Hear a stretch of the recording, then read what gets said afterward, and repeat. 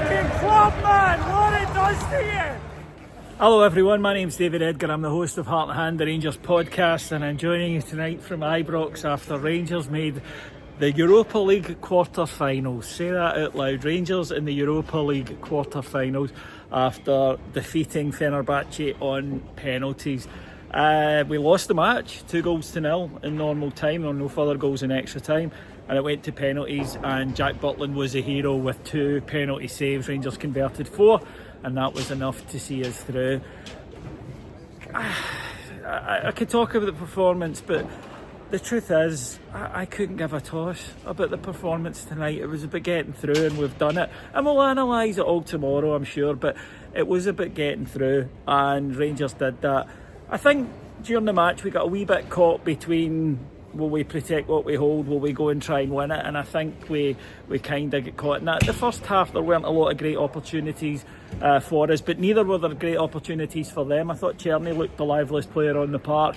They did take the lead. There was a bit of fortune and then a big bit of quality about their goal. First of all, it's a deflected cross. Sterling can maybe get a bit closer, but the finish is top drawer. Looping on the volley over his shoulder, beats Jack Butland. Unsavable. It was such a bad time to concede a goal though, the right on half time. Second half I thought we were ragged for the first quarter of an hour or so, and they had chances, but then we stepped into it, and it was when we began to press them, we began to actually go at them rather than sitting in and maintaining shape. We went and pressed them, and they didn't like that, and we forced a few opportunities, but then gave away a goal, and it was a bad one. The second goal, Jefte, another defensive error, lets the boy get by him at the byline, he cuts it back, and it's 2 each, and then they were in the ascendancy. You could sense there was a bit of fear in this place. I think that was their time to win the game, because I think we were rocking a little bit, knowing that if they scored again it was unlikely that we were going to get one back. But then we went into extra time, and I thought we were the better side in the first 15 minutes of extra time, but then I thought the second period of extra time both teams were, and we want to win but we are not losing, we're going to at least get to penalties.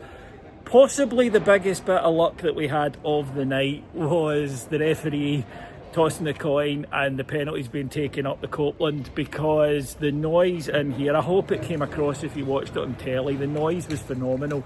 The crowd were brilliant, you'd expect that. They stayed with the team. Barry Ferguson pointed that out in his post-match there in the press conference, and they did, but the noise, and I know the boy who went up and hit their last penalty and put it into Edmondson House, and you might go, what a terrible penalty, but honestly they're human beings and it's brain scouring. It was so noisy, the crowd were brilliant. And then when it went in, it was just fantastic, because we've not had a great run on penalty kicks over the last few years. So it's been the one thing missing, hasn't it, of all our European adventures? The one thing missing has been that moment of just sheer release and joy, and everyone onto the pitch and the fans going tonto. It really was brilliant.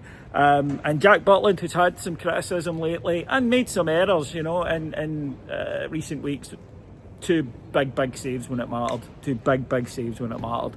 Jose Mourinho in the press conference afterwards was everything they would expect him to be. He said they've had some terrible luck / decisions in Europe this year, and he wonders if it's down to the final in Budapest when he was the Roma manager. So I love that. But in the end it was just Rangers over 2 legs, did enough to get through. And yeah, I think after last week there was a sense that we had maybe put ourselves in a position to do enough, and had we gone out there would have been intense disappointment, because you are starting with a 2-goal lead. We should get through this tie tonight, and we didn't take our chances. We lacked quality in the final third, but as I say, I don't care. I don't care. Fenerbahce, well done, you played well, you're out, we're not. We're going to Bilbao, hopefully twice, but certainly once, and they're a shit hot side. I'll worry about that tomorrow as well.